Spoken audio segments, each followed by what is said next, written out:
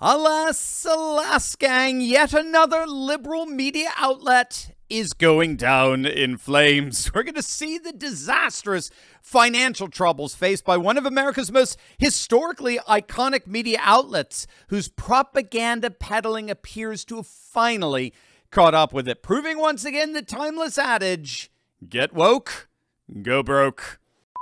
Hey gang, it's me, Dr. Steve, your Patriot Professor, here to help you stay sane in these insane times, so make sure to smack that bell and subscribe button. By the way, did you see the latest news on Biden? The House GOP is now accusing him of impeachable conduct. Finally, I mean, we've always known it, but it's finally getting out there. This is where my sponsor, Ground News, comes in so handy.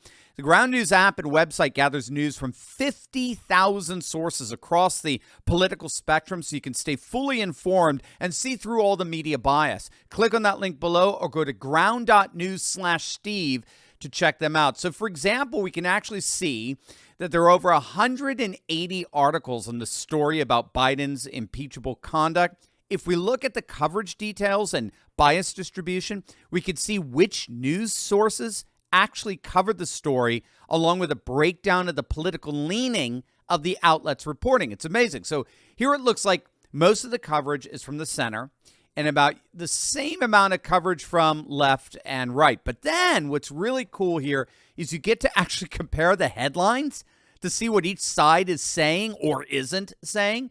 Notice this headline from the right emphasizes how damning the report is, while this headline on the left downplays the importance. So it's pretty clear, you can see with your own eyes, that the left doesn't want to bring more attention to this than they have to.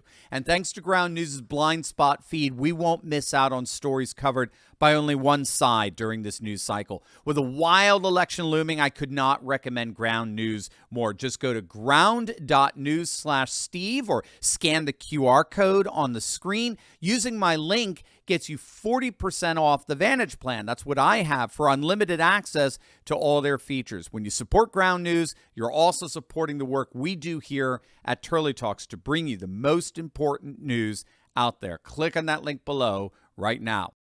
Time magazine is now the latest victim in the slow yet inevitable demise of the legacy media. And I'm going to show you exactly how that demise is happening. But in a meme to staff, Time CEO Jessica Sibley informed staff that the magazine would be cutting 22 roles across departments, including editorial, technology, sales, and marketing, as well as their Time studios.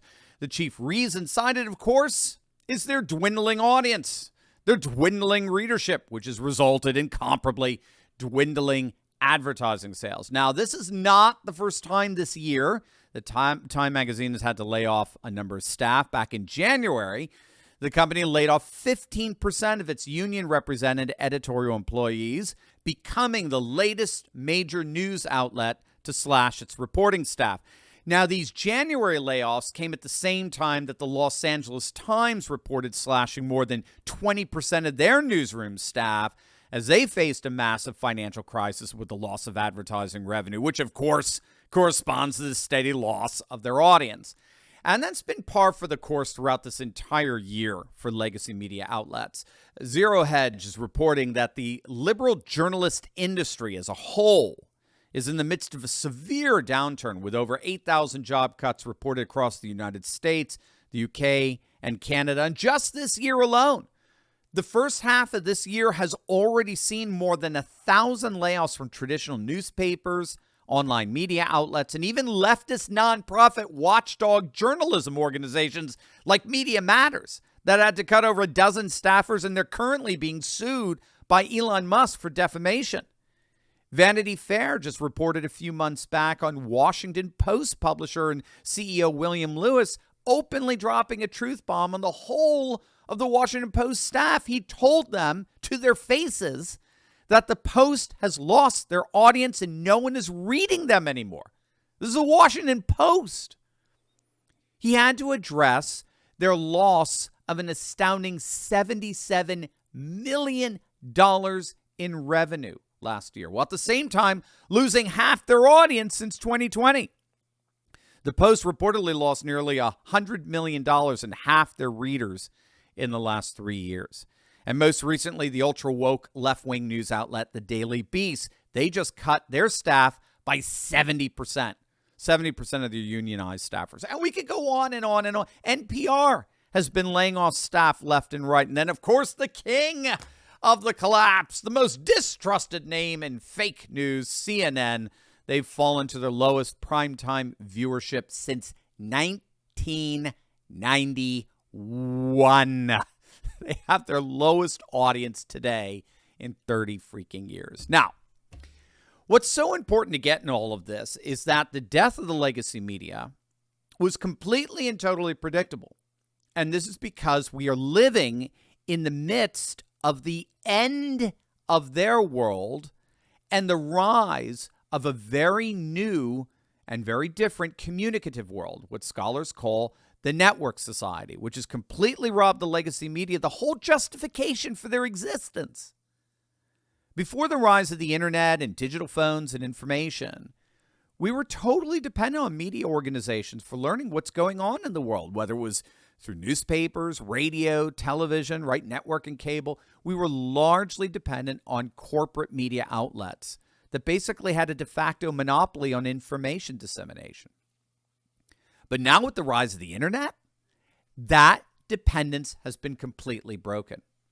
We now have instant access to information completely independent of the legacy media. Let me say that again because I think it's so essential for us to understand the time we're living in, the situation we find ourselves.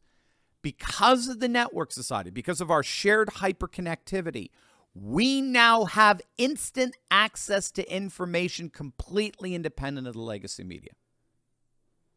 In other words, information has escaped the confines of the corporate media outlets and now bypasses the legacy media in a manner comparable to the way text messaging and email bypasses the post office.